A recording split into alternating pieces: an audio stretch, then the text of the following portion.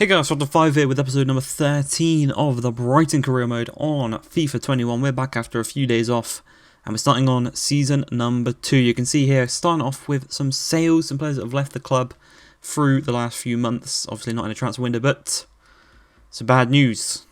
Bissouma has had his release clause met by Wolfsburg in the Bundesliga. £42 million for him. And as you can see, it looks like he doesn't see his future here and he does want to leave. And obviously, because we're trying to make this as realistic as possible, we're not going to offer him a new contract without the release clause. He's just said he wants to leave, and that is, we're going to let him. We get 38 million added to our transfer budget. And we're also going to look to sell on Joel Veltman to Leicester, a team above us. They put in an offer for one of our players. Of course, we're going to accept that to keep it realistic. But the player we're bringing in is a player we've had before this year at Arsenal. He grew incredibly in that, and it is Ainsley Maitland-Niles. He is the Bissouma replacement in the midfield, and we go in for an £11.6 million offer.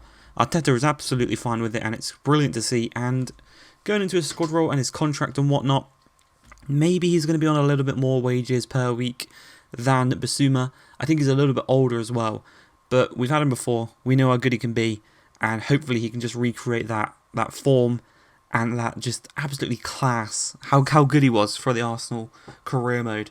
But he did want a wage cut. Obviously, a wage cut, more game time. I think that's a realistic kind of thing. He knows we're not going to be able to pay as much as Arsenal. And this next player we're going in for is Ryan Sessegnon. And I did try and loan him in, but Spurs were having none of it.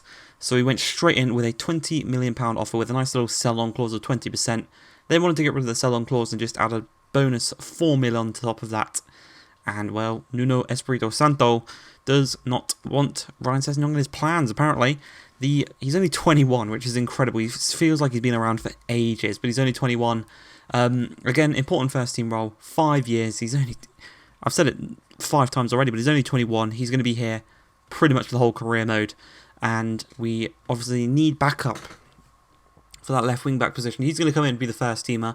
Solly March will probably be back up, and then we've got Ashley Young just in case. Obviously, we are in the Europa League this year, so we do need as many players as possible, just as rotation for those Thursday nights and the cup games, everything. We just need rotation, basically.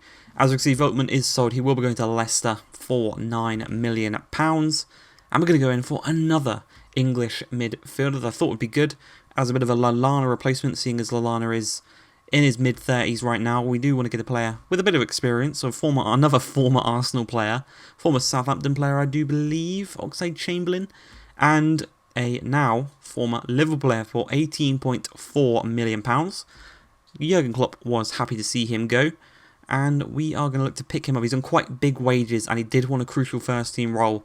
Obviously, seeing as he's going to be replacing Adam Lallana, he is going to be in the squad most of the time. It's going to be a bit of a rotation between himself, Ainsley Maitland-Niles, and probably Alzate, the Colombian youngster. They'll probably be the 3 main players that we rotate in and out of the side. As we're going to go in for another English player, we're trying to create that English core for the team and just have as many as we possibly can. And what we're going to do is offer Adam Webster plus 2.5 million. They're going to double the money. I'm absolutely fine with that. Adam Webster will be returning to the Championship, and we will be taking Tosin Adarabioyo off of Fulham's hands, former Manchester City man. I thought it was only a loan for Adarabioyo from Fulham. I'll have to research that when I put it on screen now, if it was a loan or not. But his contract, we've offered him important, another 5-year contract. We've got a lot of players tied down for 5 years, which is brilliant to see. And hopefully, in 5 years, we'll be maybe pushing for the Champions League. But he did accept the contract, and that is another player signed up for us. As we're going to go in for, I believe, the final signing of this episode, a backup goalkeeper. Joe Hart is going to be that man. There was a club, I can't remember what they're called, club task, I'll call it, is to sign a veteran. And Joe Hart, veteran goalkeeper, played at the Euros, he's played at the World Cup. He has played for Manchester City, won multiple trophies there, multiple Premier Leagues there. Pep kicked him out, went to Torino. Then it was never the same since then. Since he was replaced by Claudio Bravo, which Joe Hart could do just as good a job as Claudio Bravo, in my opinion. But we did offer him his wages, we offered him the whole contract and whatnot, and Joe Hart signs for us, a veteran goalkeeper, coming in. He'll teach Sam Johnson a thing or two, he'll teach Sanchez a thing or two, as we look to sell Ostigard to Spezia in Spain. As we go through the numbers for the team, we've mixed them up a bit, and obviously the new signings have come in, taken some numbers. We've also given, as you can see, Trossard is now the number 10, Tammy's the new number 11,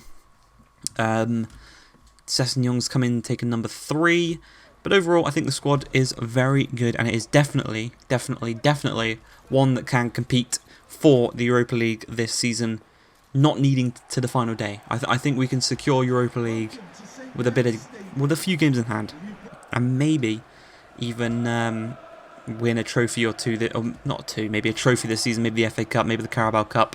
But the first game of the season is at St Mary's Stadium. We're taking on Southampton, and with Tammy playing the ball into Trossard, we're looking to create our first goal here, as Trossard just holding up, no one is pressing him, he knocks it into Oxlade-Chamberlain, off to Ryan Sessegnon, and the two newbies working themselves together to get the first goal of the season, and Ryan Sessegnon scores his first goal for the club, which is brilliant to see.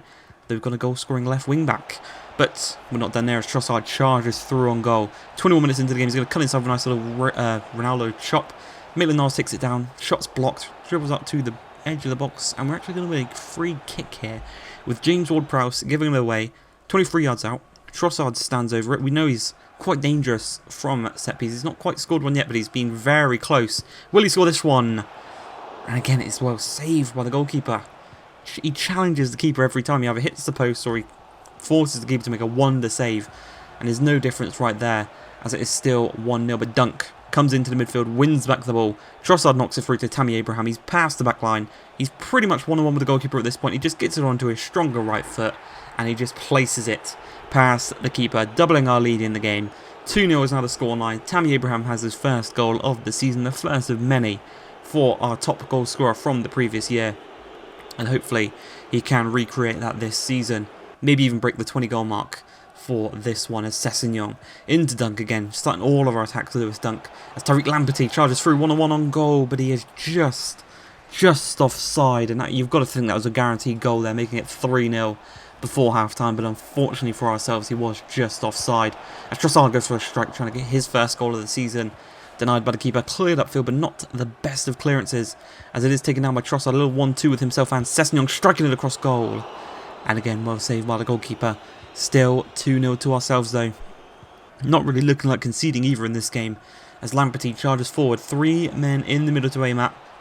Peeling away at the back post is Tammy Abraham, and that is exactly what he does. He peels away, he scores the goal, second of the game, and now he is on for a hat-trick in this one, with just, I think, 30 minutes left in the game.